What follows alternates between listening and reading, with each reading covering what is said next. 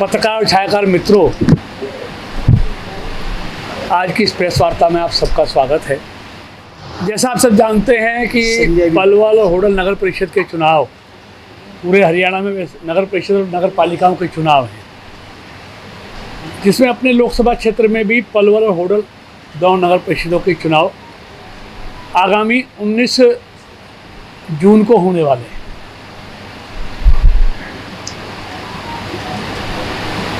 और ये स्थानीय जो सरकार है उनके लिए चुनाव है। जो रोज़मर्रा की वहाँ के निवासियों के जीवन में जो तकलीफ़ें हैं, उनको इन नगर परिषद, नगर पालिकाएँ, नगर निगमों के माध्यम से उनको दिन प्रतिदिन उनका समाधान किया जाता है। ये चुनाव पलवल के लिए, पलवल के लोगों के लिए बहुत महत्वपूर्ण चुनाव है। जो आदरणीय मोदी जी के प्रधानमंत्री बनने के बाद और मनोहर लाल जी के मुख्यमंत्री बनने के बाद जो पलवल में विकास ने रफ्तार पकड़ी है, वो रफ्तार रुकने ना पाए, मंदी ना पड़ने जाए। इसलिए भारतीय जनता पार्टी का यहाँ से जीतना बहुत जरूरी है। 3 टायर सिस्टम है, केंद्र की सरकार, प्रदेश की सरकार और स्थानीय सरकार।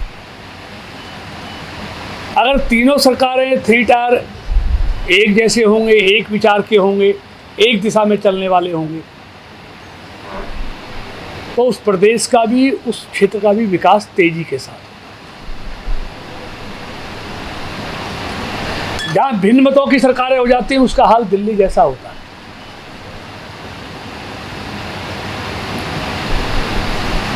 मैं किसी की आलोचना करने नहीं आया,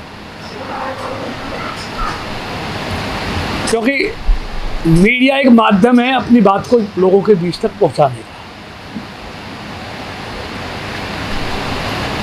क्योंकि मैं हमेशा ये मानता हूं, जो किसी की आलोचना करते हैं वो काम नहीं करते, जो काम करते हैं वो आलोचना नहीं करते। पहली बात तो मैं ये कहना चाहता हूं, जिन विपक्षी नेताओं को, विपक्षी पार्टियों को अपनी लोकप्रियता पर बहुत बड़ा विश्वास था, तो उनको अपने चुनाव चिन्ह पर मैदान में आना चाहिए था। तो पता चलता हम कहाँ खड़े और वो कहाँ खड़े। लेकिन चुनाव लड़ने से पहले ही वो मैदान छोड़कर चले गए। अब कोई किसी के कंधे पर बंदूक रख रहा है, कोई किसी के कंधे पर बंदूक रख रहा है, तो उससे पलवल का विकास होने वाला नहीं। भारतीय जनता पार्टी को अपने मतदाताओं पर भी विश्वास था, अपने कार्यकर्ताओं पर भी विश्वास था। इसलिए हमने तय किया हम अपना सिंबल लेकर मतदाताओं के बीच में जाएंगे। अगर लोगों को भारतीय जनता पार्टी की नीतियां और काम पसंद है तो हम तो स्वीकार करेंगे, नहीं है तो हमको नकारेंगे।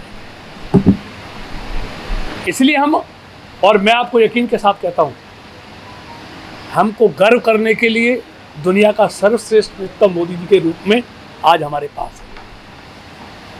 क्या कोई दूसरा दल के पास ऐसा नेतृत्व है जो उस पर गर्व कर सके? हाँ, शर्म करने के लिए उनके पास बहुत नेता।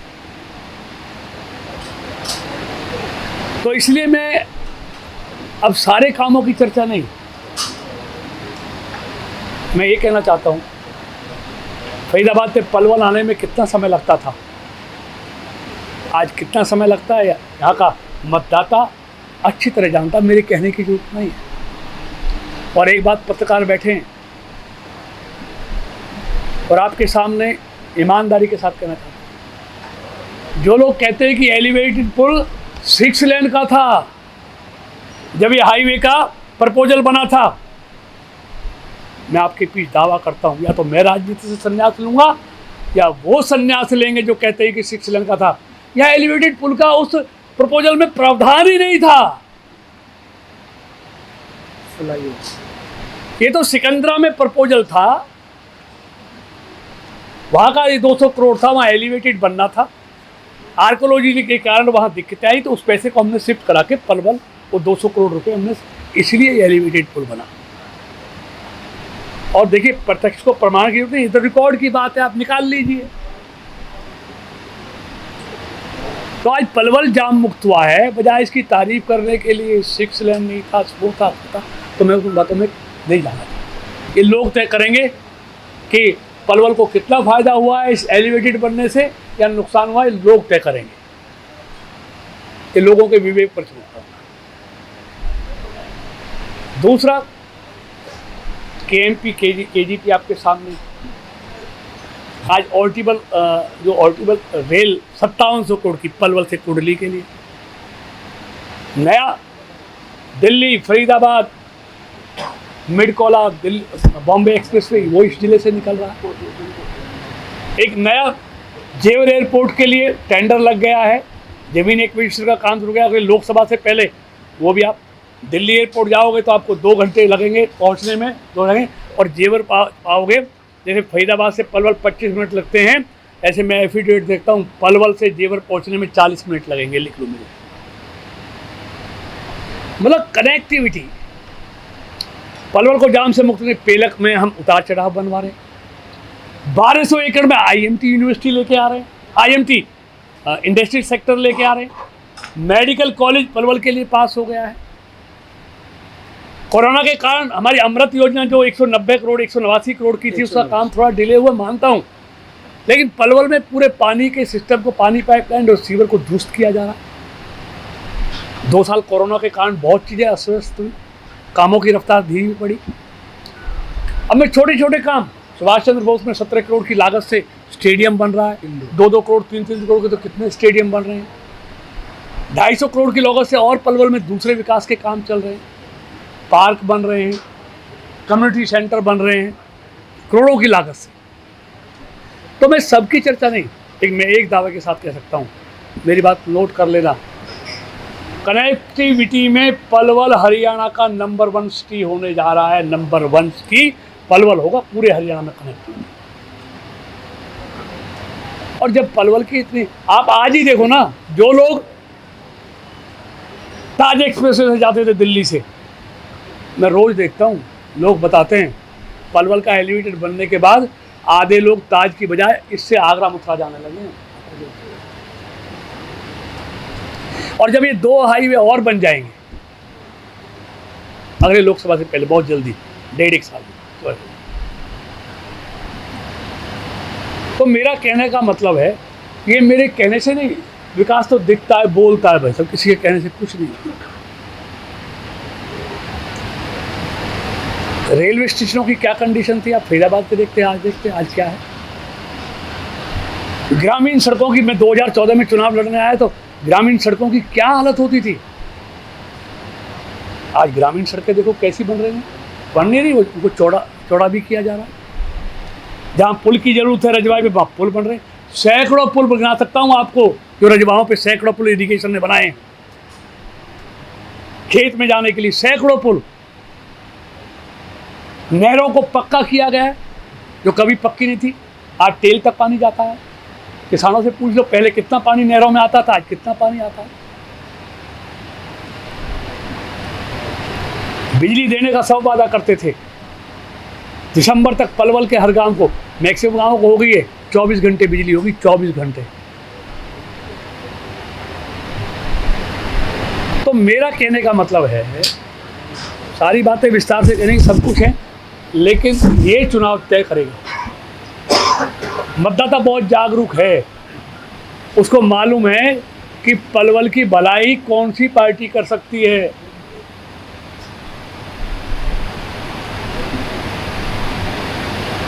तो ये ना कह दे भाई हमारे पास तो हमारी सरकार ही नहीं, हम क्या करेंगे। लोग समझते हैं, बहुत सियाने हैं। जब दिल्ली में मोदी जी की सरकार है, हरियाणा में मनोहर जी की सरकार है, तो पलवल में किसकी सरकार होनी चाहिए काम के लिए, ये लोग जान रहे हैं।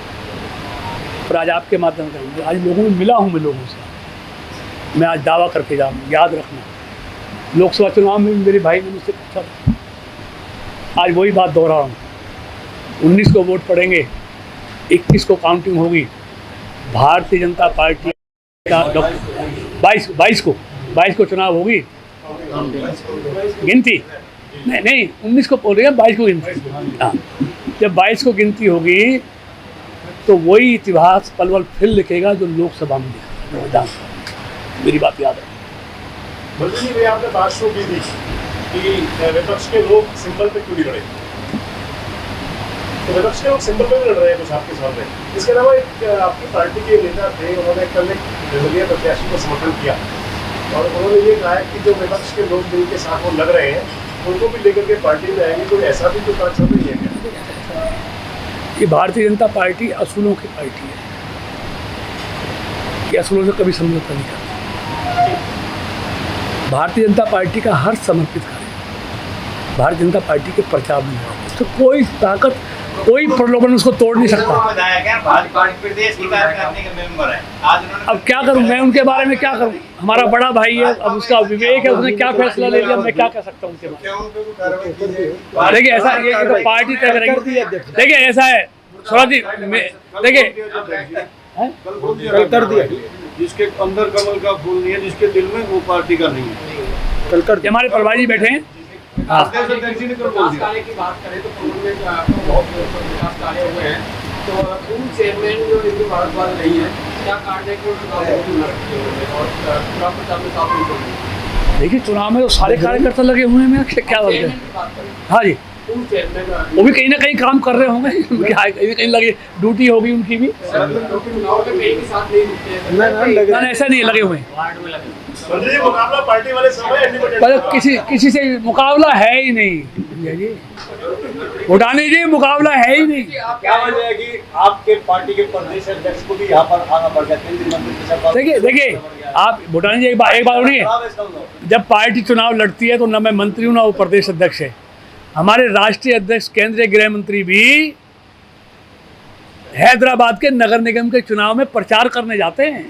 ये वो पार्टी है। आप कॉन्फ्रेंस तक इसी में रहोगे ना, अभी सभा करके मेरा काम तो आपसे चल जाएगा सारा। कौन से में? मैदान में आने के बाद आप नहीं ऐसा नहीं है। देखिए मैं भूटान जी, मैं सच्चाई में मैं पार्टी का कार्यकर्ता हूँ, मेरे लिए पार्टी सर्वोपरि है।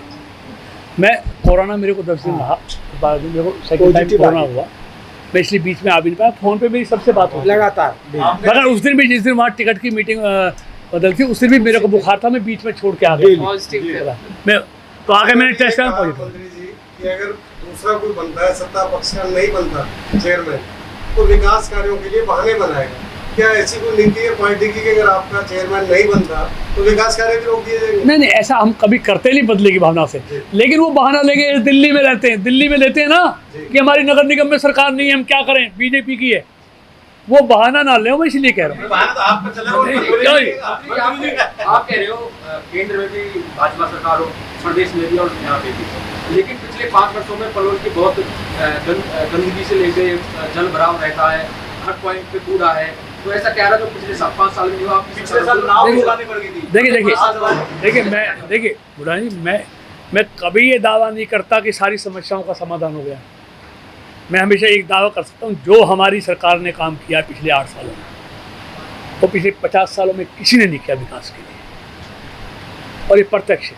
मैं सारी समस्याओं का समाधान होगा ये मैंने कभी नहीं कहा, ना आज कह रहा हूँ, लेकिन उन जो बाकी बची हुई समस्या उनका समाधान भी बीजेपी ही करेगी, कोई और नहीं करेगा। 8 साल से दावे किए जा रहे थे समस्या को दूर किया जाएगा, लेकिन आगे आने वाले 5 साल अगर सरकार आती तो दावे पूरे होंगे 100%। कथनी करने में कोई अंतर नहीं। देखिए मोदी जी ने लाल किले से कहा कि 18,000 गाँवों को 1 साल से पहले बिजली देंगे, 1 साल पूरा न हुआ, बिजली दी। उन्होंने कहा 500 दिन में KMP और KGP पूरा करेंगे, पूरा हुआ ना। मंत्री जी, छोटी सरकार का मैनिफेस्टो कब तक जारी करेंगे, क्योंकि अभी तक बजट दिए नहीं हुआ है कि किन किन मुद्दों को समझ तो पार्टी के स्तर पे होगा, मैं नहीं कह रहा पार्टी स्तर करेगी। कब तक करेंगे आपकी सहयोगी? लेकिन मेरा मैनिफेस्टो, हम सबका मैनिफेस्टो ये है, हम पलवल के विकास में कोई कसर बाकी नहीं छोड़ेंगे, पहले से गति के साथ पलवल का विकास करेंगे। नहीं अभी हमारे साथ कार्यक्रम में कहाँ गए वो? उनका प्रोग्राम अभी हमारे साथ कार्यक्रम में थे वो, प्रवीण डूडी जी हमारे साथ थे। परसों भी सारे दिन साथ। पे रोजगार शुरू हो रहा है तो बड़े स्तर पे प्रोग्राम नहीं है, क्या वजह? मतलब गठबंधन है मतलब मेरे से क्या कहलवाना चाहते हो आप? डेली रहे हम मिल के चुनाव लड़ रहे हैं, ताकत के साथ मिल रहे हैं। पहले बीजेपी कहा भी अकेले लड़ी है, ऐसी क्या मजबूरी होगी 2 दिन बाद गठबंधन का ऐलान करना पड़ेगा आपको? नहीं, ऐसा कुछ नहीं है। देखिए, हमारे यहाँ हमारा प्रदेश का एक सुझाव था कि इच्छा थी प्रदेश पार्टी की, लेकिन केंद्र ने कहा नहीं, मिल के लड़ना। तो अंतिम फैसला तो केंद्र पे होता है। वो हमारी इच्छा थी, इच्छा जाहिर की, केंद्र ने इजाज़त दी तो मिल के लड़ रहे हैं, क्या दिक्कत है? हम तो भारतीय जनता पार्टी के वो कार्यकर्ता हैं भाई जी, तनख्वाह बढ़ाने की मांग करते हैं, लेकिन कहते हैं नहीं बढ़ेगी, यदि बढ़ा दो, नहीं बढ़ेगी तो उसी पे काम करेंगे। आपको लोकसभा का चुनाव मोदी जी के नाम पर दिए थे, देखिए बिल्कुल 100% मुझे गर्व है मोदी जी पर कि हमारे पास दुनिया का सर्वश्रेष्ठ नेतृत्व है जो सारी पार्टी का कल्याण कर सकता है, सारी पार्टी को देश में जिता सकता है। और दूसरों के पास तो ऐसा नेतृत्व है जो जिता नहीं सकता, डुबा सकता है पार्टी को। तो हमें गर्व है कि मोदी जी जिता सकते हैं हमको। तो बुढ़ा जी क्या है? क्यों जी? एक सवाल और है, सर मंत्री जी, एक सवाल और है कि आप हाईवे बना रहे हैं, अच्छी बात है, बहुत अच्छे हाईवे बना रहे हैं, टाइम कम लगता है, लेकिन लाइन के उस पार जाते हैं, वो टाइम सारा वही आता है। अगस्त तक कर देंगे। लोगों के पास रास्ते नहीं है, देखिए, सीवरेज की कोई निकासी नहीं है, और आप देखिए 100% नहीं, हम करना चाहते हैं। हमारे लिए देखिए, भारतीय जनता पार्टी के लिए पूरा देश एक है, पूरे देश के लोग एक हैं। हमारे लिए नहर पार, ऊपर नहर, रेल लाइन पार, वो भी हमारा हिस्सा है। निश्चित तौर पर उस पर हमारा ध्यान है कि एक बार फ्लाईओवर तैयार हो जाए अगस्त तक, उसके बाद नहर पार के विकास में भी और रेलवे लाइन के पास में कोई विकास नहीं या को जवाब आप अनुमति दो, मेरे को दे लें दो जी, या को जवाब मैं दे लूं। बुटानी जी भाई साहब, इसका जवाब मैं दे दूं। अंतिम ही सवाल है। देखिए, फाटक पार पहले ये स्थिति थी, और अगर कोई रिश्तेदार भी आता था तो वो ये कहता था, अरे तुम पलवल जिले के किसी हिस्से में रहते, इससे तो बढ़िया हमारा गांव था। ये स्थिति थी पहले। हमने वहाँ लगभग 160-165 सड़क बनवाई। फिर हमारी सारी यहाँ सीवरेज ट्रीटमेंट प्लांट नहीं थे, सीवरेज की कोई व्यवस्था नहीं थी, पानी भराव की बहुत बड़ी समस्या थी। फिर हम 189 करोड़ रुपए की अमृत योजना लाए, सारी सीवरेज की लाइन फाटक पार, पीने के पानी की पाइपलाइन सारे फाटक पार। मैं मानता हूँ कोरोना की वजह से वहाँ हमारा रेस्टोरेशन का काम नहीं हुआ।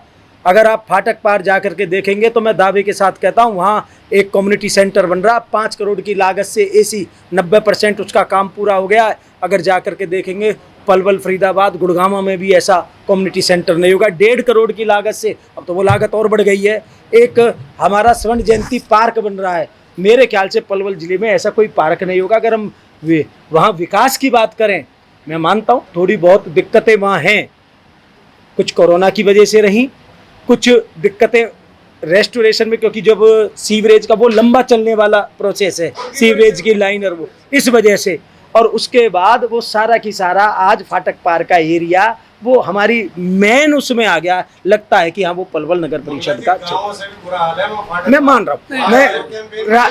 मैं क्या हूँ डेली राजकुमार जी, मैं मानता हूँ, एक सेकंड, मैं राजकुमार जी मैं मानता हूँ, सही करें, मैं मानता हूँ, मैं उसमें नहीं है। जहाँ अमृत के काम चल रहे हैं, मैं मानता हूँ, मैं मानता हूँ। सड़कें खोद दी, पाइप डाली है, द्वार डाली है, तो रेस्टोरेशन में टाइम लग रहा है, ये सच्चाई है। मंगला जी, वार्ड नंबर 4 में गली नंबर 10 तो समझ रहा हूँ, और उसमें पानी बढ़ रहा है। देखिए अभी एक सेकंड, अभी हमने क्या किया है, जैसे मोहन नगर है, आज भी मेरा नोट करना, मैं गलती से कह गया उनका, आप नोट करना क्या होगा चुनाव में।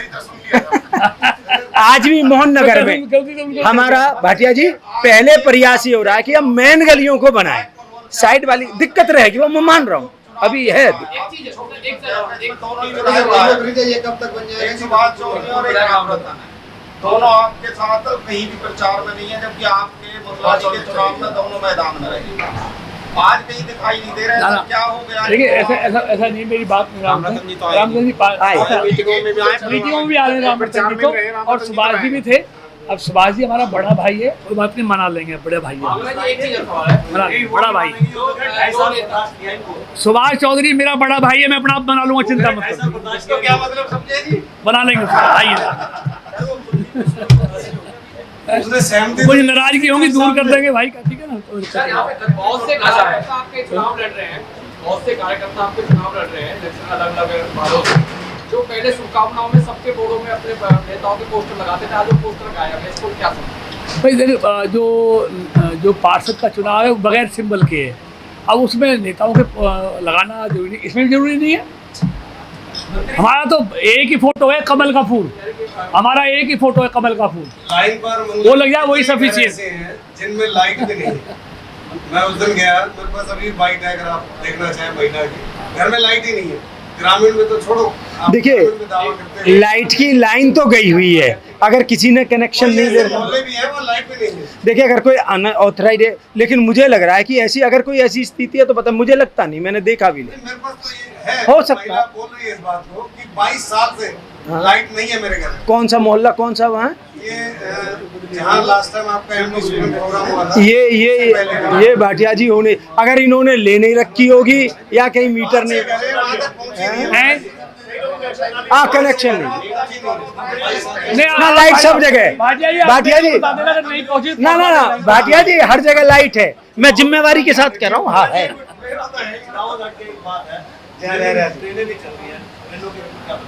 नहीं ऐसा देखिए, कुछ ट्रेनें चल गई हैं, 2 ट्रेनें हैं जो नहीं चली हैं, हाँ वो चलाई, मुझे मालूम है भाई साहब, मुझे अपने क्षेत्र की हर परेशानी मालूम है और उसका कैसे समाधान करना ये भी जानता हूँ। 2 ट्रेनें हैं जो अभी चलनी है, बहुत जल्दी चलवाएंगे। अब कुछ अनऑफिशियली कर लो तो बहुत हो गई।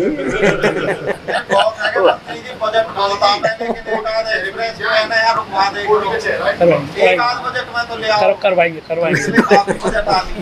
हमारे साथ जुड़े रहने के लिए देखते रहिए देश रोजाना का YouTube चैनल, सब्सक्राइब कीजिए। साथ ही देश रोजाना की खबरें सबसे पहले देखने के लिए प्रेस कीजिए बेल आइकन।